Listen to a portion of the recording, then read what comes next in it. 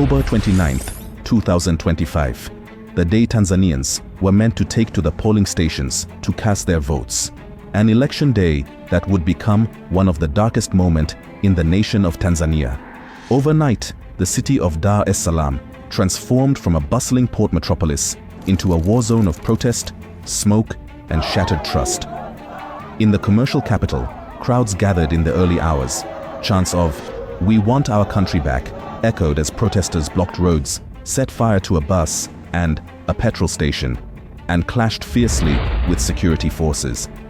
What had been happening in Cameroon 2 days earlier since the announcement of Paul Biya as the winner of the 2025 Cameroon presidential election was finally happening in Tanzania. Reports began to trickle out, then flood in. Hospitals overwhelmed, morgues concealing names, families begging for answers. The opposition claims over 700 lives lost in barely 2 days. Properties destroyed, internet shut down, while the world watches in alarm. On November 1st, 2025, the country's electoral authority, the Independent National Electoral Commission, announced that Samia Suluhu Hassan, the incumbent and candidate of the ruling Chama cha Mapinduzi party, had won with approximately 97.66% of the vote, representing about 31.9 million votes. The commission also reported a turnout of around 87% of registered voters.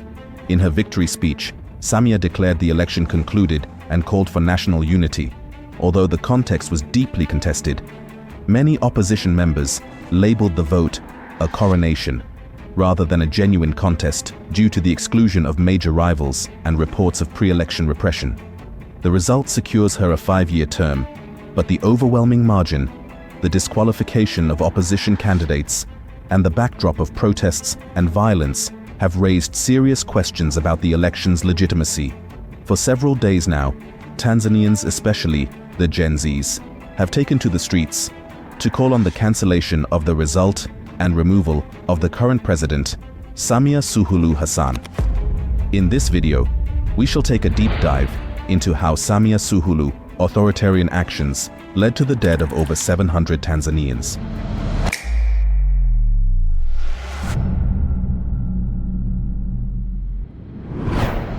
Samia Suluhu Hassan became president of Tanzania in March 2021 following the sudden death of President John Magufuli, whom she had served as vice president.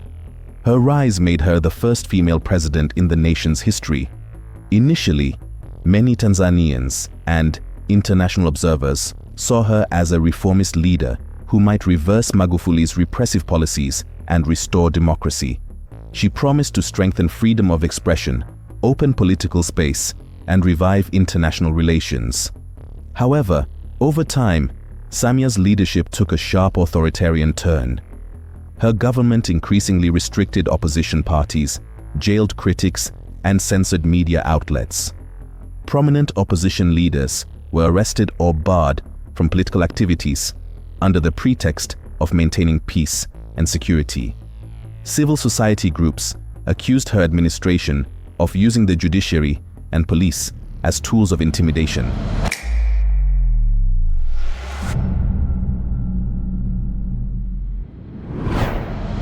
In the run-up to the 2025 general election, scheduled for the 29th of October, Tanzania's political landscape was dramatically altered. Two major opposition parties, Chama cha Demokrasia na Maendeleo, Chadema, and Alliance for Change and Transparency, ACT Wazalendo, found themselves under intense legal, administrative, and political pressure, effectively neutralizing them as credible challengers. Chadema, historically the strongest opposition force under its leader Tundu Lissu, made electoral reform a central demand. The party campaigned under the slogan, "No reforms, no elections," insisting on meaningful changes. A truly independent electoral commission, constitutional amendments to limit executive power, the right to challenge presidential results in court, and other reforms. In April 2025, Lissu addressed a rally in Mbinga and called for citizens to block what he described as an unfair process. A few days later, he was arrested and charged with treason and publishing false information. On 12 April, the Independent National Electoral Commission, INEC, announced that Chadema had failed to sign a mandatory Electoral Code of Conduct by the deadline, a requirement for participation in the elections. As a result, Chadema was disqualified from the 2025 presidential, parliamentary, and council elections, and barred from by-elections until 2030. The party itself regarded the requirement as illegitimate, arguing that signing the code without reforms was akin to digging our own grave. With Chadema out of the race, its cadre of candidates deprived of a major party platform, the opposition lost its main vehicle to challenge the ruling party. In parallel, ACT Wazalendo, the second largest opposition party, faced its own challenges. Its leader nominee, Luhaga Mpina, submitted his candidacy but ran into repeated disqualifications. On the 15th of September 2025, INEC disqualified Mpina for the second time, citing procedural non-compliance, despite a court ruling earlier that ordered his reinstatement. ACT Wazalendo documented what it described as widespread manipulation of nomination forms, interference by electoral officials, and selective disqualifications of its candidates across the country. With Mpina removed and Chadema barred, the field of serious challengers collapsed. Officials from civil society and legal analysts warned that the electoral process had been systematically tilted in favor of the ruling party. With the two dominant opposition forces effectively sidelined, only a cluster of minor parties remained on the ballot. These parties lacked national reach, organizational strength, and the media visibility required to mount a credible presidential campaign. The electoral playing field thus shifted from a competitive contest to one heavily biased in favor of the incumbents. President Samia Suluhu Hassan, who originally became head of state following the death of her predecessor in 2021, entered the fray as the candidate of the ruling Chama Cha Mapinduzi Party. On 27 August 2025, INEC confirmed her candidacy. With the major opposition parties neutralized, the official narrative became one of re-election rather than election. Samia's campaign leaned on continuity, national development themes, and her unique status as Tanzania's first female president. With no credible rivals, she faced only candidates from minor parties who posed little real challenge. In the weeks preceding the election, the country witnessed an intensification of repression.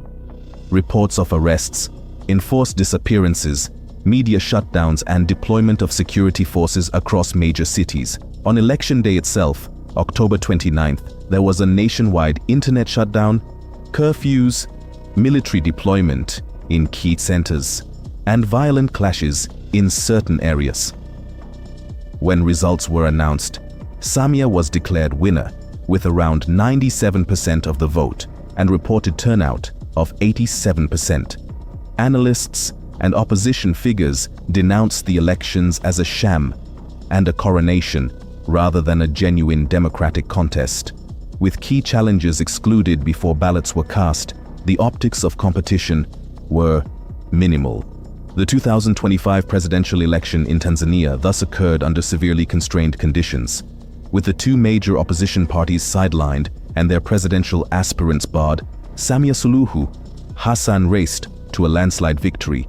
However, the absence of meaningful opposition degraded the legitimacy of the process. Civil society and rights groups warned of long-term harm to democratic practices, constitutional accountability, and the principle of genuine contestation.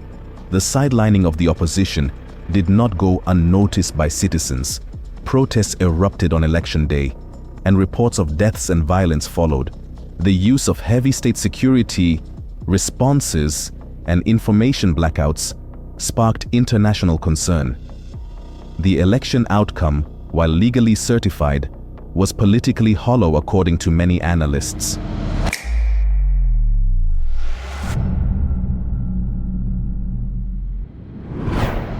The protests triggered widespread human rights and security consequences.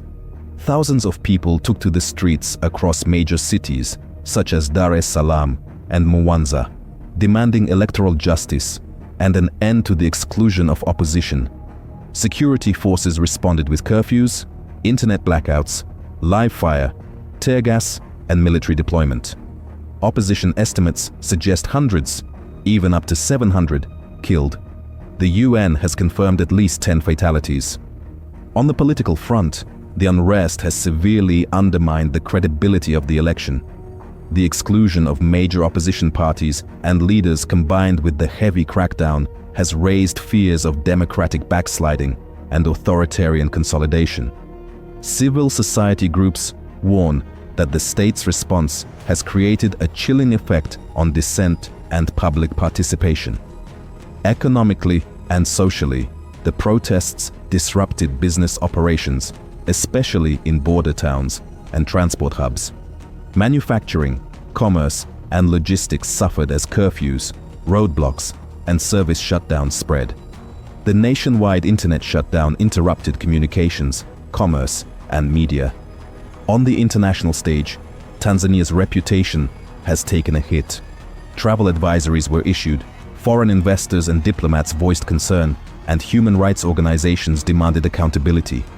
The political turmoil may affect foreign aid, trade deals, and regional cooperation. In short, the protests have produced a volatile mix: loss of life, erosion of democratic norms, economic disruption, and reputational damage. Consequences that may ripple through Tanzania's society and governance for years to come. The African Union must take swift and coordinated action to address the ongoing protests in Cameroon, Tanzania, and Ivory Coast. This includes engaging directly with governments and opposition groups to facilitate dialogue, ensuring respect for human rights, and demanding transparent electoral and governance processes. AU missions should monitor and report abuses, while supporting civil society and media freedom to allow accurate information flow. Regional mediation and pressure can help prevent further violence, protect citizens, and restore confidence in democratic institutions. Proactive intervention now is essential to safeguard stability, democracy, and the continent's credibility on the global stage.